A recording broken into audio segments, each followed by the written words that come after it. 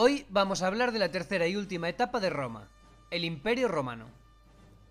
Esta es la época de más poder de Roma. Tras ganar la guerra civil que vimos al final del vídeo anterior, Octavio se convirtió en el primer emperador en el 27 a.C. y se hizo llamar Augusto, que significa elegido por los dioses. Él reunía al Senado, dictaba las leyes, era el jefe del ejército y de la religión y nombraba a los magistrados que le ayudaban a gobernar. Augusto concentró todos los poderes.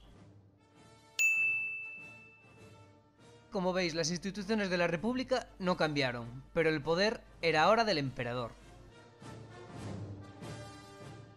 Durante el imperio, Roma llegó a su extensión y poder máximos, teniendo territorios en Europa, África y Asia.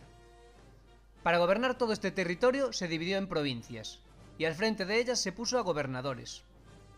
Nosotros estamos en lo que durante el imperio se llamó la provincia Tarraconensis, en Hispania. Los dos primeros siglos del imperio se conocieron como Pax Romana, porque casi no hubo guerras internas y los romanos tuvieron una gran prosperidad económica. Durante el imperio se construyeron muchos edificios públicos, como termas y mercados, pero los más impresionantes de todos fueron el Circo Máximo y el Coliseo. En el primero se hacían carreras de cuadrigas, que era uno de los espectáculos más impresionantes de Roma. En el Coliseo se hacían luchas de gladiadores, caza de animales e incluso batallas navales, para lo que llenaban todo de agua y metían barcos. El foro era la zona más importante de Roma y de cualquier gran ciudad romana. Era la zona central de la ciudad, similar a las plazas de las ciudades actuales.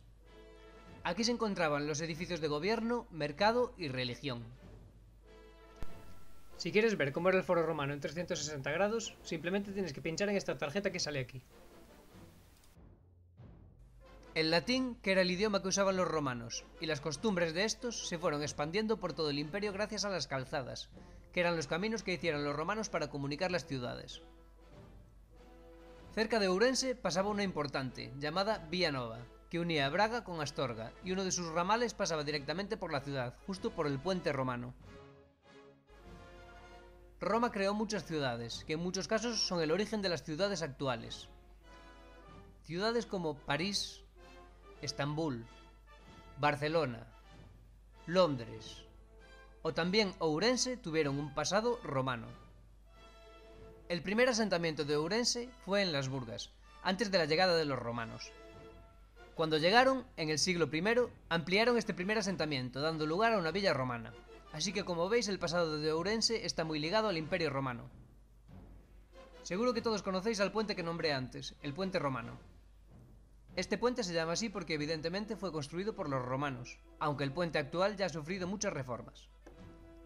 Aquí podéis ver cómo era el perfil del puente antes de estas reformas. Durante la época del imperio, los esclavos fueron muy numerosos, llegando a ser casi la mitad de la población en algunas zonas. Hacían los trabajos más duros y no tenían derechos, aunque en ocasiones podían ser liberados. Los esclavos liberados se llamaban libertos. Algunos de estos esclavos se empleaban como gladiadores en el circo romano. Los mejores gladiadores llegaban a ser muy famosos, tanto como los futbolistas hoy en día. Durante el imperio, la sociedad se dividía en dos grupos principales, ciudadanos y no ciudadanos. Los ciudadanos eran la nobilitas, los caballeros y la plebe. Las nobilitas eran los altos cargos y plebeyos que tenían mucho dinero. Los caballeros eran patricios y plebeyos, también enriquecidos, pero no con tanto poder. Después estaba la plebe, que era la mayoría de la gente.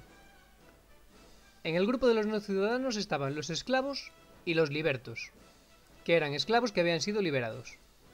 Esto es todo por hoy. Si quieres ver una carrera de cuadrigas en 360 grados o cómo era el Coliseo en 3D, puedes hacerlo pinchando cualquiera de las imágenes. Muchas gracias y hasta el próximo vídeo.